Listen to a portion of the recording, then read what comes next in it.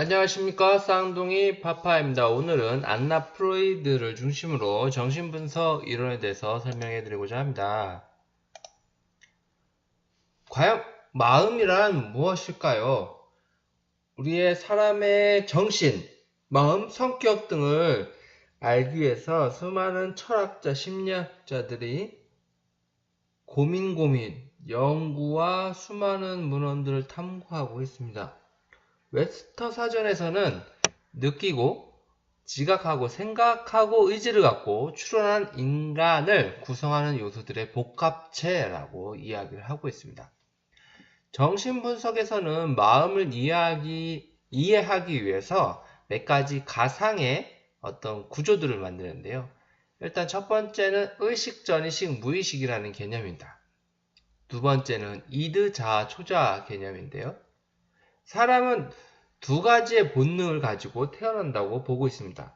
하나는 에로스와 다른 하나는 타나토스입니다. 사람들은 자기 자신에게 어떤 본능이 얼마만큼 작용하는지 모르고, 또한 그 본능을 어떻게 내가 알 수 있는지에 대한 어려움들이 많이 있습니다.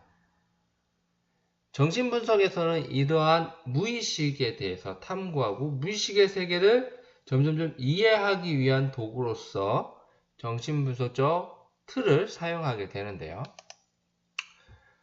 정신분석에 대한 것을 한 시간에 다 설명하는 데는 분명히 무리가 있을 것입니다. 그래서 오늘은 놀이심리상담사라면 기초적인 정신분석적 이론은 알아야 된다 라는 생각하에 정신분석을 소개하고, 또한 안나 프로이드의 하버드 강의, 그것도 이제 자녀를 양육하는 부모들을 대상으로 했던 정신분석이라는 것이 자녀를 양육하는 데 어떻게 활용될 수 있냐라던 강의 내용을 중심으로 설명을 해드리고자 합니다. 안나 프로이드는 다음과 같이 세 가지의 양육 태도가 있다라고 이야기합니다. 그것은 본성에 관한 것인데요. 본성이라는 것은 이드에 해당되는 영역입니다.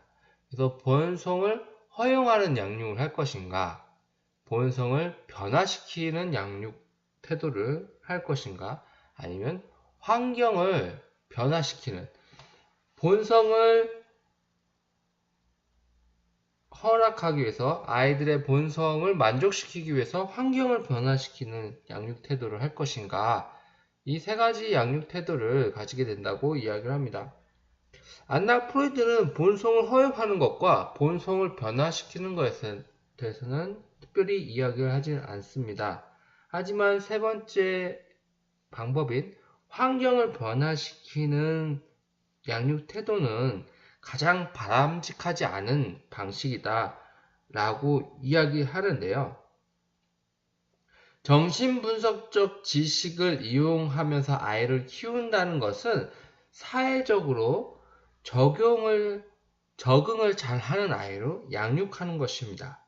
그리고 아이들 사회 적응이라는 교육 방식에 두 가지, 본성을 허용하던가 본성을 변화시키는 방식이 있는데, 환경을 변화시키는 방식은 아동이 본성이 무엇이든지 그것을 따라주는 것이고,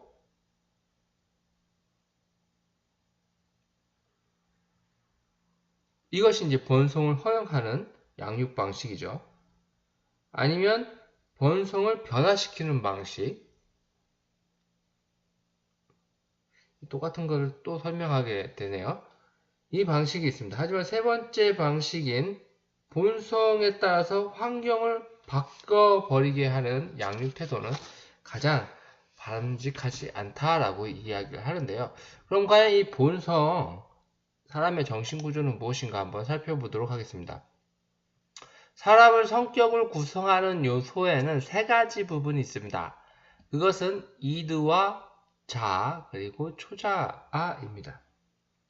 이드는 사람이 기본적으로 가지고 있는 본성을 추구하는 역할을 하게 됩니다. 그렇기 때문에 이 이드는 어떤 본능의 목적을 추구를 하면서 외부 세계와 접촉되지 않은 형태로 존재합니다. 만약 지금 배가 고픈다면 지금 주변 환경이 어떻든 그 배고픔을 충족하기 위해서 작용하는 것이 이드 영역에 해당이 됩니다. 하지만 배고프다고 해서 무조건 뭔가를 먹고 돈이 없음에도 슈퍼에서 빵을 가져오고 그런 행동들을 안 하는 이유는 자아라는 기능이 우리 성격 구조에는 있기 때문인데요. 이 자아의 기능은 이 이들을 충족시키기 위해서 현실과 접촉해서 조절하는 역할을 하는 것이 자아 역할입니다.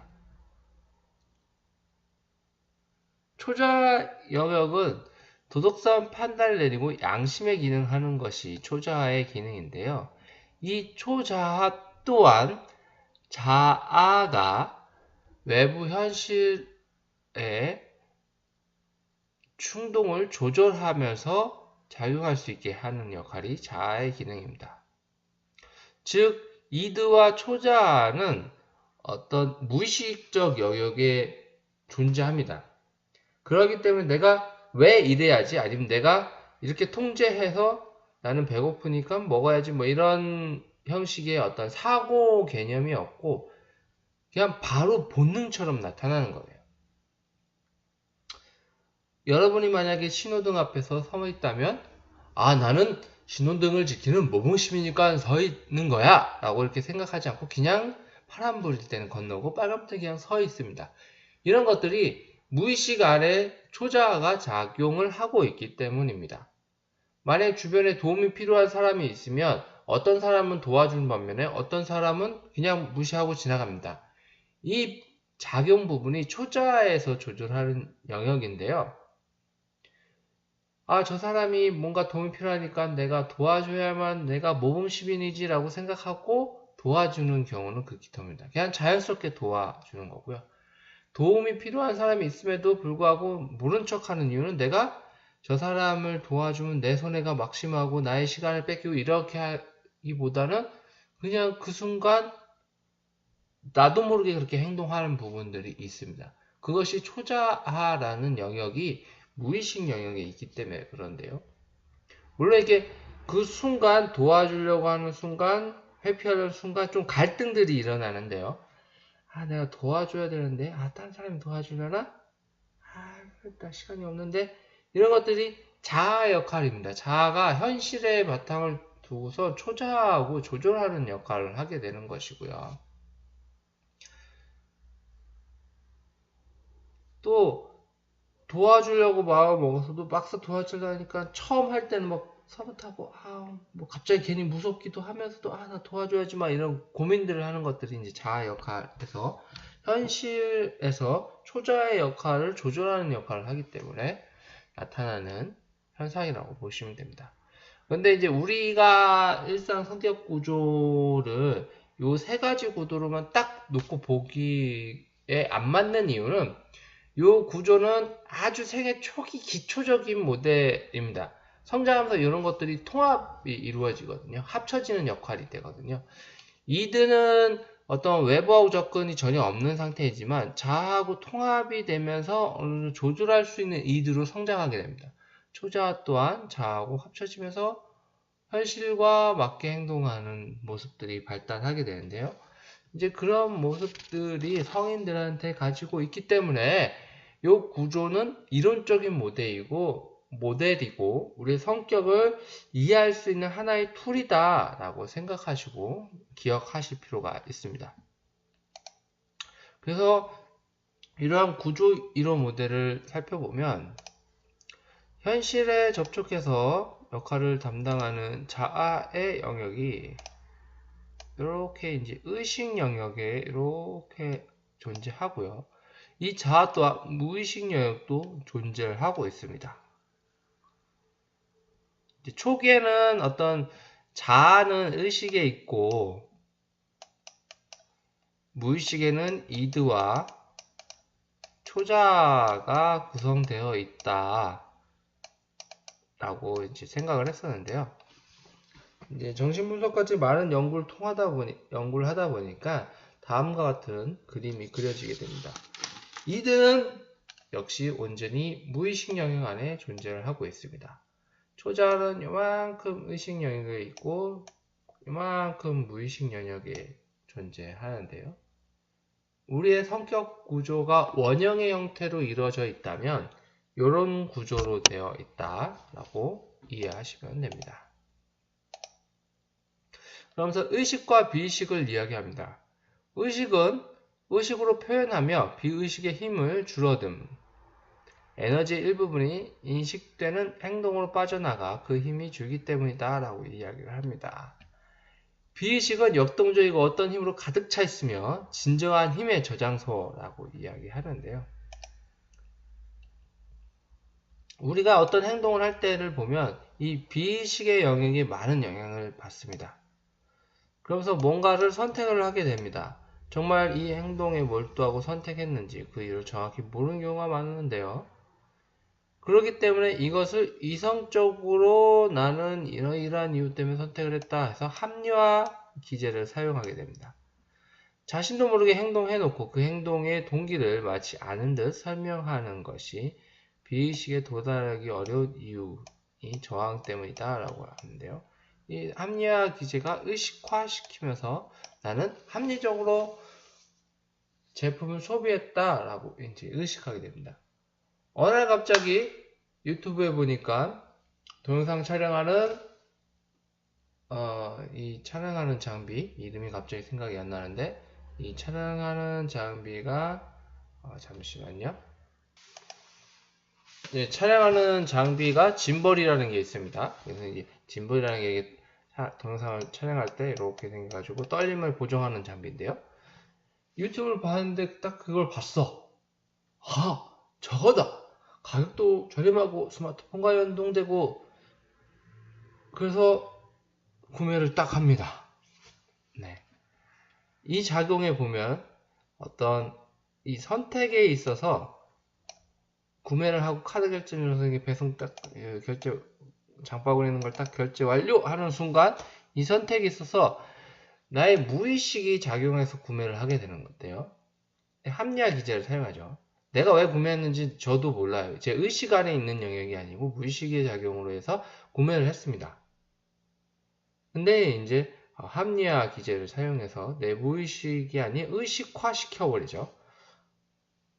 나는 지금 유튜브로서 많은 영상을 촬영하는데 너무 손떨림이 심해서 영상을 볼 수가 없다. 영상의 퀄리티를 높이기 위해서 나는 이걸 산 것이고 아주 저렴하게 샀다. 10만원대다. 그리고 직구다. 좀 배송은 늦더라도 직구로 아주 저렴하게 국내 거는 20만원대 사야 되는 것을 10만원대 샀다. 아주 합리적인 난 소비를 했다라고 합리화를 시켜버립니다. 이런 것들이 이제 비의식에서 일어나는 영역이고 비의식을 접근하기 힘든 이유이기도 합니다. 우리 정신구조가 그렇게 되어 있기 때문에 그렇다는 것인데요. 우리의 삶은 어떤 삶이냐? 정신분석에서 말하는 우리의 삶은 본능적인 삶을 살고 있다 라고 이야기를 하고 있습니다. 아니 이게 무슨 소리? 나는 이성적으로 합리적으로 사고하면서 살고 있는데 이게 무슨 소리냐? 라고 하실 수 있지만 우리가 이성적으로 살아간다는 것은 아까 같이 합리화 기제를 사용하면서 마치 나의 선택하는 목적은 나도 인식 못하는 무의식 영역에서 작용한 힘에 의해서 하는데 그것을 합리적으로 사고를 하기 때문에 합리적인 이유들을 만들어 나가기 때문에 이제 이렇게 이 본능적 삶이다. 예. 동의를 안 하실 수도 있습니다. 많은 경우가 이 배우자를 선택하는 이성과의 교제를 만날 때도 많이 작용하는 것입니다. 본능적인 욕구들이 있고 본능적 충동들이 있습니다. 배우자를 선택할 때 나도 모르게 갑자기 심장이 막 벌렁벌렁 막 뛰고 막 저 사람이 아니면 안 될 것 같은 그런 이유들 그런 행동들이 나오죠. 우리의 삶에는 이제 이 소망 충동이라는 욕구와 이드 부분이 나오게 됩니다. 이드라는 것은 이제 본능이 있는데, 이드의 특징들을 보면 아까 이제 봤듯이 현실하고 접촉이 되어 있지 않은 기능으로서 자신의 욕구, 본능을 충족시키는 역할을 하는 것이 이드입니다.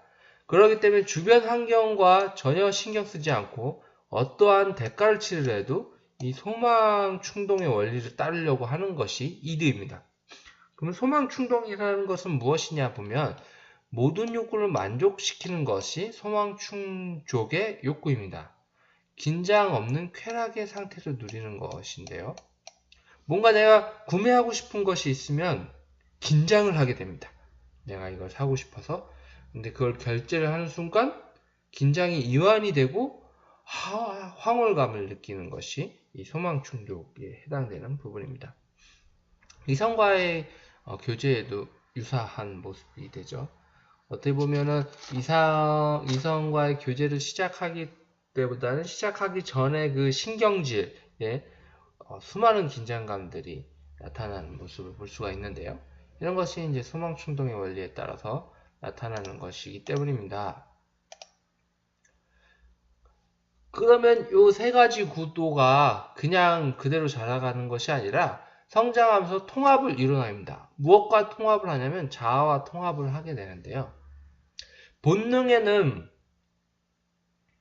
에로스의 어떤 성장에 대한 욕구와 그 다음에 타나토스의 어떤 파괴에 대한 욕구, 두 가지의 욕구를 우리 인간은 가지고 살아갑니다. 그래서 아이들을 보면 장난감을 온전한 상태로 가지고 놀고 싶어하는 마음과 이것을 던지고 박살내고 싶어하는 이 마음이 두 가지가 같이 공존합니다. 그래서 한 3, 4살 아이들을 보면 어느 날 갑자기 자신의 장난감을 집어 던지더니 고장이 났다고, 부셔졌다고 엄마 보고 이거 다시 고쳐내라고, 붙이라고 막 더 때를 쓰는 모습들을 볼 수가 있는데요. 그게 이러한 상황들입니다. 아니 본인이 던져놓고 나보고 붙이라고 하면 어떻게 붙여, 이게 붙여지기나 하나, 뭐 그런 생각이 들 때가 있는데요. 이게 자신의 소중한 장난감을 온전한 상태로 가지고 되게 소중하게 다루다가 어느 순간 이 이드의 충동이 갑자기 타나토스의 충동이 나타나면서 이걸 막 박살내고 싶은 욕구도 같이 나타나는 겁니다. 그래서 이제 막 집어 던지는 거거든요. 근데 이러한 경험들을 하다 보면 아이는 온전히 갖고 놀고 싶은 욕구와 파괴를 하고 싶은 욕구, 두 소망이 동시에 일어날 수 없다라는 것을 알게 되고요. 이러한 감정들이 복합되어서 이 두 가지를 한꺼번에 나타날 때 우리가 이 두 가지 소망을 갖게 되면서 이런 것들이 어떠한 방식으로든 통합을 하려고 시도를 하게 됩니다. 그러면 이제 성장을 하게 되는 건데요. 이때 아이의 발달 과정에서 자아라는 기능이 충분히 제 기능을 한다 해도 이러한 이드에 막감하면은 어쩔 수 없게 됩니다. 아이는 어느 순간 엄마를 때리고 싶어 하면서도 또 엄마를 사랑하는 이 두 가지 마음이 같이 있습니다. 또 엄마를 때린 거에 대한 죄책감도 전혀 느끼지 않는데요. 아이가 엄마를 아무 느낌 없이 때리는 행동과 또 엄마를 사랑하는 행동, 엄마 사랑해, 엄마한테 매달리는 행동은 동시에 일어나지 않는데 이러한 것들이 성장하면서 의식이라는 안에서 어떤 기능의 형태와 완전한 무관한 것으로서 자아와 이드의 영역 부분이 자아와 의사소통 부분들이 통합을 이루어 나가게 됩니다. 그래서 아이들의 이러한 행동들이 이제 두 가지는 같이 공존할 수 없다는 것을 알게 되고 내가 소중히 갖고 놀고 싶은 장난감은 소중히 다뤄야 되고, 내가 던진 순간 박살내서 내가 가지고 놀 수 없다라는 것들을 알게 되는 거죠. 그래서 이러한 자아 기능들 좀 다시 살펴보면, 자아라는 기능은 현실하고 접촉이 되어 있습니다. 여기서 말하는 현실은 나라는 존재 말고 그 외 것들이 이제 현실이 해당이 되는 겁니다. 여기에는 엄마라는 사람과 아빠라는 사람, 즉 이제 타인들도 해당이 되고요. 그리고 어떤 장난감이나 비계라든가 어떤 인형들의 물체도 같이 해당되고, 그 당시의 상황이라든가 사회 시스템 뭐 그런 것까지 다 포함되어 있는 것입니다. 그래서 자아라는 것은 이드가 가지고 있는 쾌락, 1차 가정 사고를 충족시키기 위해서 현실과 조절하는 역할을 하게 되고요. 조자는 도덕과 윤리적 요구를 자아를 통해서 현실과 중재하는 역할을 하게 됩니다. 하지만 때로는 이런 중재가 실패할 때가 발생하고요. 이러한 실패에 의해서 갈등들이 생겨나고, 이 갈등들을 적절하게 해소하지 못하면 이제 불안이 오게 됩니다.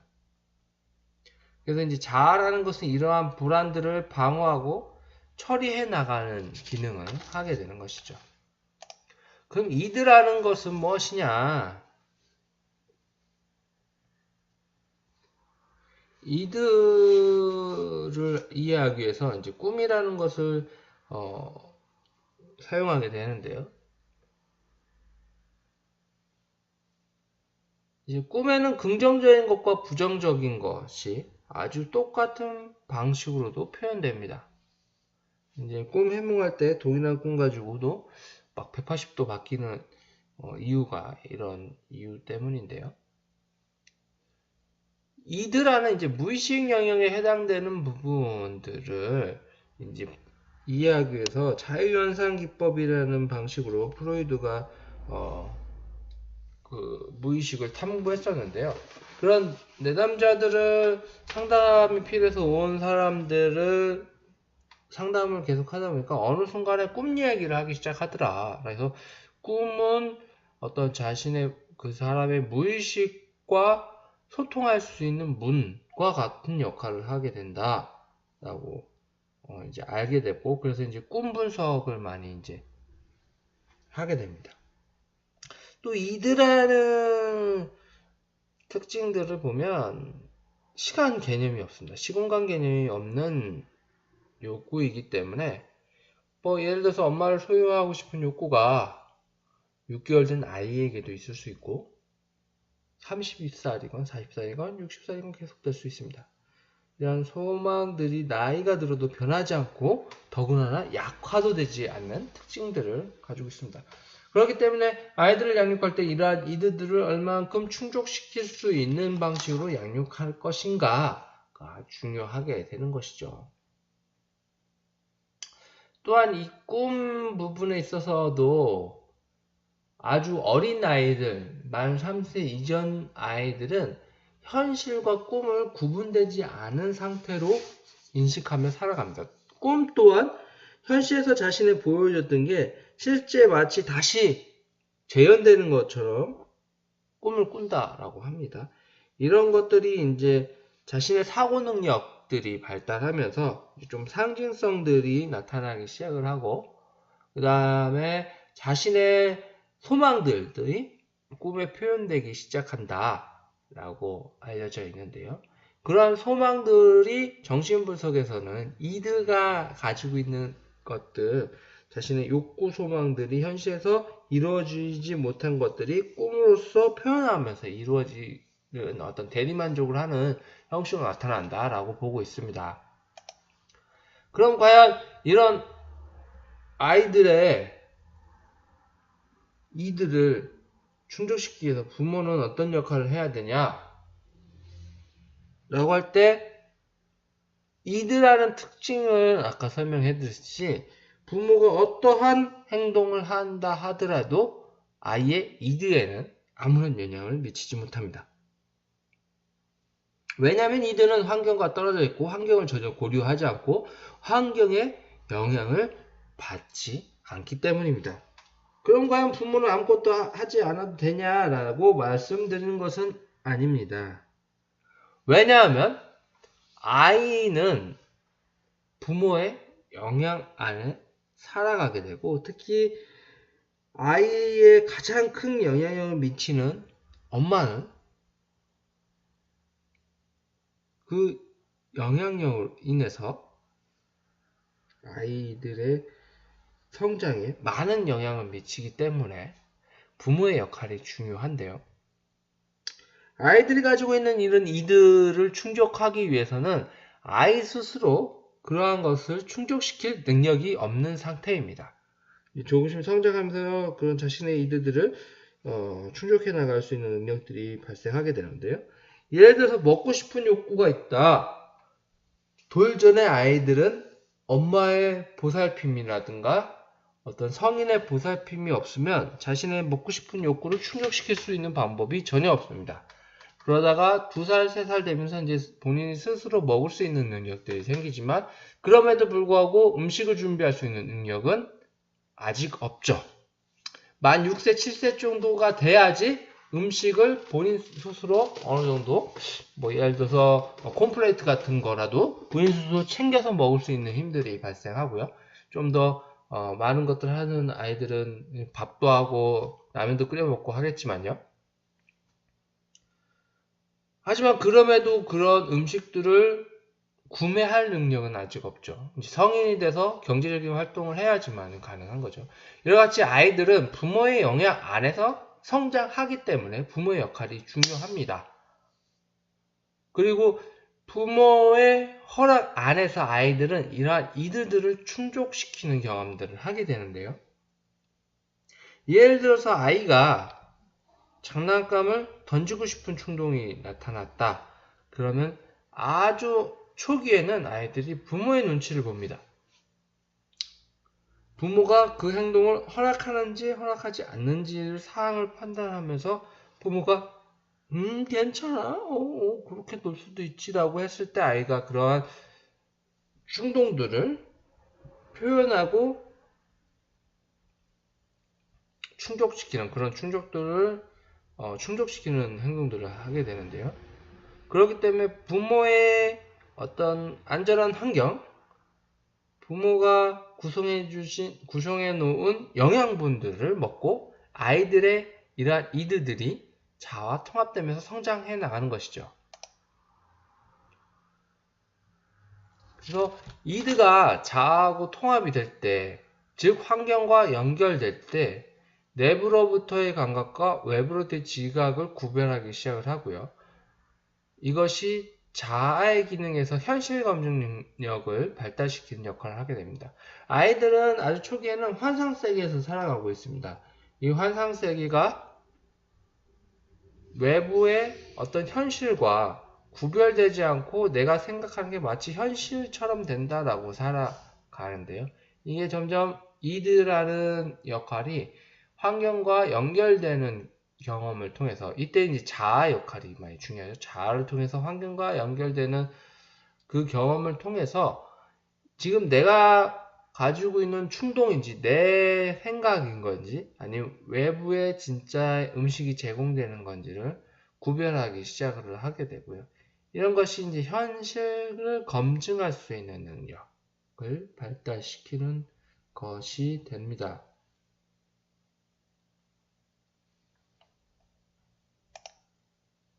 그래서 이제 기능들이 발달하게 되면서 현실 검증 능력들이 자아 기능으로서 발달하게 됩니다.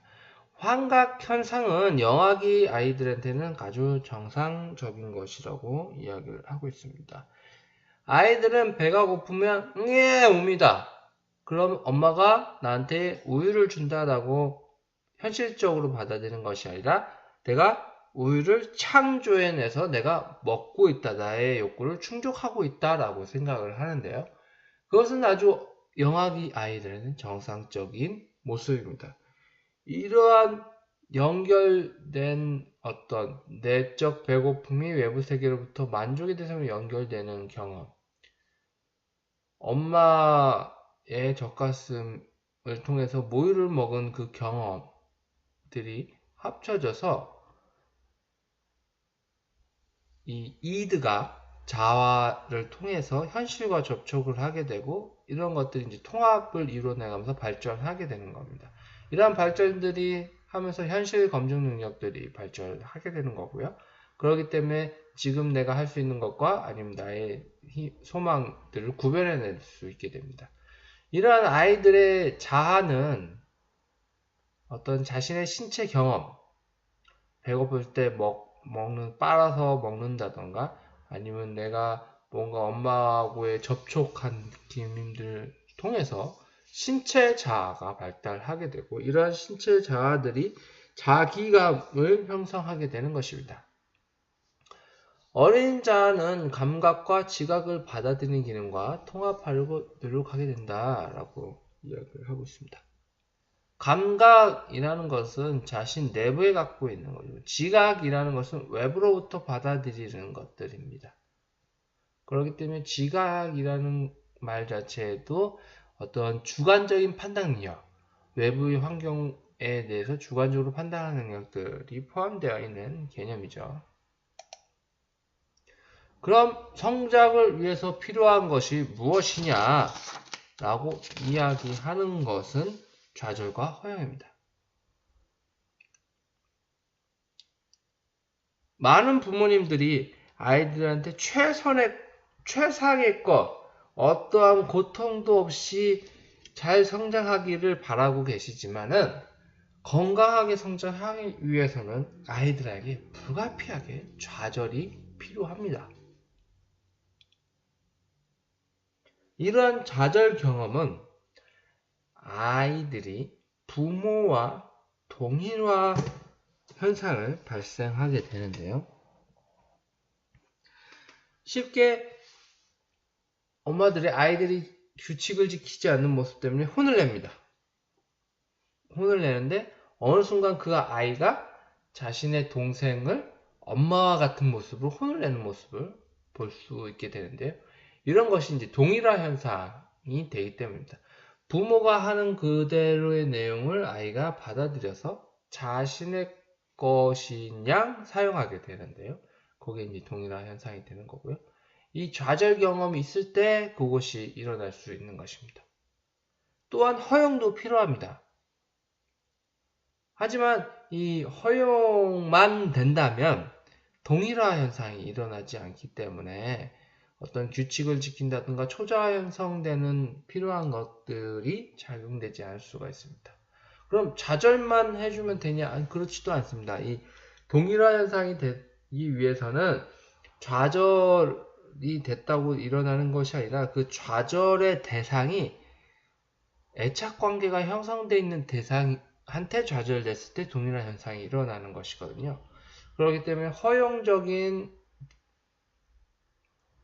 태도, 부모의 양육 태도를 통해서 애착 관계가 잘 형성이 되면 규칙이 필요한 상황에 규칙을 지키기 위해서 아이들한테 좌절을 경험시켜 주는 것에 대해서 이 초자 도덕성을 발달시키는 역할을 하게 되는 것입니다. 그러면 초자아는 뭐 어떻게 되는 거냐? 초자아는 아이가 동일하여 내재화시킨 최초의 대상입니다. 주로 이제 부모가 되죠. 애착이라는 것을 통해서 이제 동일화가 일어날 수 있는 거고요. 초자아라는 것은 자아가 외부 현실을 이해하고 적응하기 위해서 생긴 반면에 초자아는 이드 충동을 가지고 있는 사랑의 관계를 만들어지는 것입니다. 부모가 아이를 욕을 좌절시킬 때 아이는 부모에게 공격적이게 되는데요.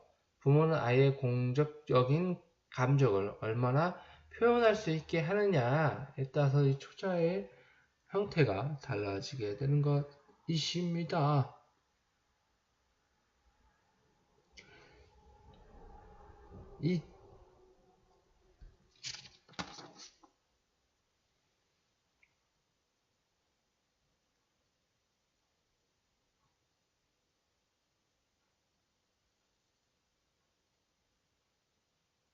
만약에 가혹하고 잔인한 부모 아이들은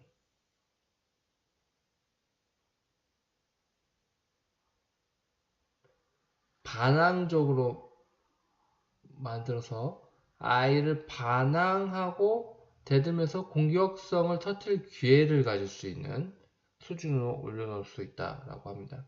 그래서 이런 아이들이 초자가 결과적으로 덜 너그럽고 허용되는 경우가 많다라고 하는데요. 그러니까 너무 어떤 규칙이 너무 강할 경우에는 오히려 초자 형성에는 긍정적이지 않다라는 얘기죠.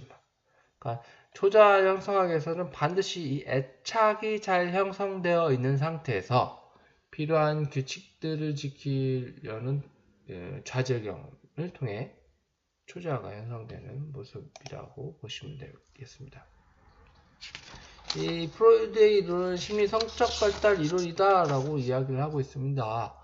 그 이유는 이 생후 5년 동안 일어나는 기억들을 가지고 아이들은 살아간다 라고 하는데, 어떤 리비도라는 어떤 성적 만족, 아까 두 가지 욕구 중 에로스의 욕구, 성장하고 싶고 어떤 성적인, 그 다음에 자식을 번창시키는 그런 욕구들을 프로이드가 이제 리비도라는 용어로 설명을 하는데요. 그 욕구가 자기 신체의 변화에, 성장함에 따라 변화하면서 성장한다라고 하면서 이제 심리 성적 발달이라고 이야기합니다. 처음에 1년 동안은 구강기에 있어서 모든 것을 입을 통해서 세상을 탐구하는 상황이 됐다가 고개 내려가 학문기로 갑니다. 먹었으니까 싸야죠. 학문기로 해서 모든 집중이 학문에, 엉덩이에, 똥에 막 관심을 가졌을 때, 그 시기가 이제 만 3세까지입니다. 그러다가 이제 그 욕구들이, 그러한 신체에 관심을 갖는 것들이 성기로 가는 시기에, 이 남근기 시기가 가게 됩니다. 이 남근기 시대를 이제 오디푸스 컴플렉스기라고도 설명을 하게 됩니다. 그러면 이제 학문기 공격성에 대해서 이야기하면은, 이 시기의 아이들, 학문기가 1에서 만 3세까지의 시기 아이들입니다. 학문기의 아이들은 부모를 되게 성가시게 하는, 어떠한 것이라도 부모를 괴롭히려고 하는 듯한, 부모를 고민하고 막 조종하고 막 그런 형식의 특징들이 있습니다. 이때 부모의 역할은 무엇이냐 하면, 부모는 아이를 사랑으로 이러한 고통으로부터 참고 수용할 수 있어야 된다고 이야기를 하고 있죠. 아이들한테 필요한 것은 사람 미움 관계의 어려움을 극복하기 위한 안전한 사랑이다 라고 이야기를 하고 있습니다. 그래서 이때 보여준 부모의 사랑을 가지고 아이들은 살아간다 라고 이야기합니다. 이 시기의 아이들이 부모를 괴롭히는 것은 아주 자연스러운 모습이다 라고 이해하시면 되시고요. 남근기 시기의 아이들의 특징을 보면 부모를 사랑하고 보호하고 도와주는 의젓한 행동들이 나오기 시작합니다. 남근기가 이제 3에서 6세, 3에서 5세 시기인데요.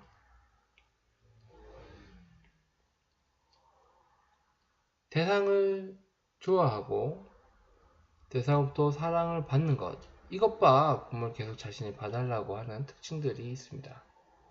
이때 아이들은 부모를 도와주려고 하는 모습들이 나오고, 이때 아이들의 감정은 매우 진지한 모습이 가지고 있습니다. 그래서 이때는 이러한 아이들의 그러한 행동들을 조금 오히려 나를 도와준 게 아니라 더 너드럽히게 하더라도 허용해 주실 필요가 있는 것이죠. 그래서 이 세 가지의 구도, 이드, 자, 초자의 그 관계 속에서 혼란스러운 그 안에서의 어떤 역동적인 활동들이 나타나는데, 그것들을 현실과 적응하기 위해서 방어기제라는 것이 나타나게 됩니다. 이 방어기제라는 것은 어떠한 의미에서는 이러한 구조에서 계속 이제 그게 일치되지 않으면 불안을 경험하게 되니까 그 불안의 경험을 최소화시키기 위한 방어로 사용하게 되는 것입니다. 이제 같이 한번 읽어볼까요? 부인, 힘든 현실의 외상적 상을 무시함으로써 불쾌한 현실을 깨닫기를 거부하는 것.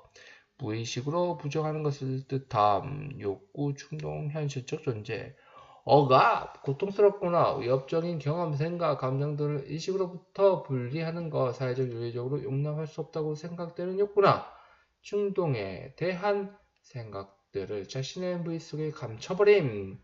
그래서 이제 프로이드 시기에는 이런 억압들이 되게 많았습니다. 특히 성과 관련된 억압들이 많다 보니까 이 신경지적 증상들이 나타난다라고 봤고, 그것을 의식화시킴으로써 치유될 수 있다라고 이야기하는 것이 정신분석 기법입니다. 투사는 자기 스스로 혹은 사회적으로 용납되지 않는 충동이나 생각을 무의식으로 다른 사람이나 사물에게 전가하는 것으로서 자신의 결함이나 약점 때문에 갖게 되는 위협이나 불안으로부터 자아를 보호하고자 하는 방어기제이다 라고 이야기하고 있습니다. 그래서 이제 정신분석이나 상담점에서 이 투사 장면이 많이 나타나는데요. 이 투사를 통해서 그 아이의 그 내담자의 무의식을 그 내담자가 갖고 있는 욕구들을 확인할 수가 있습니다. 특히 놀이상에서는 장난감을 통해서 놀이 속에서 이런 투사 현상들이 자주 나타납니다. 합리화, 용납되기 어려운 충동이나 행동을 도덕적, 합리적, 논리적으로 설명함으로써 비판으로부터 자신을 보호하여 자존심을 유지하는 것이다. 나는 이걸 구매했어. 충동 구매가 아니야. 나는 20만원짜리를 아주 저렴하게 검색을 해서 10만원대에 구매한 거야. 라고 하는 것들이 현재 합리적 기지죠. 승화, 억압된 충동이나 욕구의 발산 방향을 사회적으로 인정되거나 가치 있는 쪽으로 옮겨 실현함으로써 그 충동이나 욕구를 충족시키는 것이 이제 승화입니다. 이제 자원봉사 같은 것들이 이제 승화 방법제들이 많이 있습니다. 치환, 자신의 본능적 충동을 위협적인 대상이 아닌 보다 안전한 대상으로부터 이동시켜 발산하는 것입니다. 그래서 이제 상사 스트레스, 윗상사한테 받은 스트레스를 아래 직원들한테 막 화풀이 하는 거. 이제 선생님이 교장 선생님한테 깨지고 아이들한테 막 화내는 거. 네. 평상시에는 부드러웠던 선생님이 어느 날은 조금 잘못했다고 겁나게 혼내는 것이 이런 치안 방어 기제가 해당이 되는 겁니다. 반동 형성, 받아들일 수 없는 충동이나 욕구로부터 벗어나기 위해서 그와 정반대로 행동하는 것입니다. 아버지가 맨날 술 먹고 들어와요. 나는 절대 술 먹지 않으리라 하고서는 술 먹지 않는 아빠가 되는 모습들이 이제 반동 형성의 예라고 들 수가 있겠습니다. 퇴행, 현재의 심리적 갈등으로 좌절을 경험하게 되면 이를 피하기 위해서 이전의 발달 단계로 돌아가는 것입니다. 아이들과 잘 걷던 아이들이 갑자기 기기 시작하는 모습들. 젖된 지가 벌써 5년이 지났는데 어느 날 갑자기 손을 빠는 행동들, 이런 것들이 퇴행입니다. 더 앞으로 전진하기 위해서 잠시 후퇴하는 모습이다 라고 이해해 주시면 좋을 것 같아요. 동일시 자기보다 더 훌륭하다고 판단되는 인물 혹은 집단과 강한 정서적 유대를 형성하여 부분적으로나 전반적으로 그들의 행동을 모방하는 것이 동일시입니다. 예, 큰바위 얼굴만 이야기하죠. 한 마을에 큰바위가 있는데 그 전설에 이제 큰바위 가서 이 마을은 편안하게 하리라 이야기를 하는데 어떤 소년이 큰바위를 보면서 자랐는데 나중에 40대가 돼서 어느 순간 보니 자신이 큰바위가 돼 있더라. 뭐 이런 것이 동일시의 한 예라고 볼 수가 있습니다. 보사, 자신의 부족한 부분을 감추기 위해 약점을 지각하지 않거나 혹은 어떤 긍정적인 특성으로 발전시키는 것이 보상입니다. 주지와 불편한 감정을 조절하거나 최소화하기 위해 지나치게 추상적 사고 하거나 일반함으로써 감정적 갈등이나 스트레스를 처리하는 것입니다. 어떻게 보면 되게 불편한 감정들을 막 그럴싸하게 막 설명을 하면서 그런 것들을 처리하는 방식이 주지아입니다. 이제 주지아를 잘 사용하시는 분들이 되게 미운 톤을 많이 바뀝니다. 그냥 가만히 안 그래도 주변이 막 승질나 있는데 막 그거를 막 넌 당신 막 이래서 아주 꼴불견입니다. 제가 많이 쓰는 거긴 하지만 네, 이상 안나 프로이드의 이론 설명을 마치도록 할까요?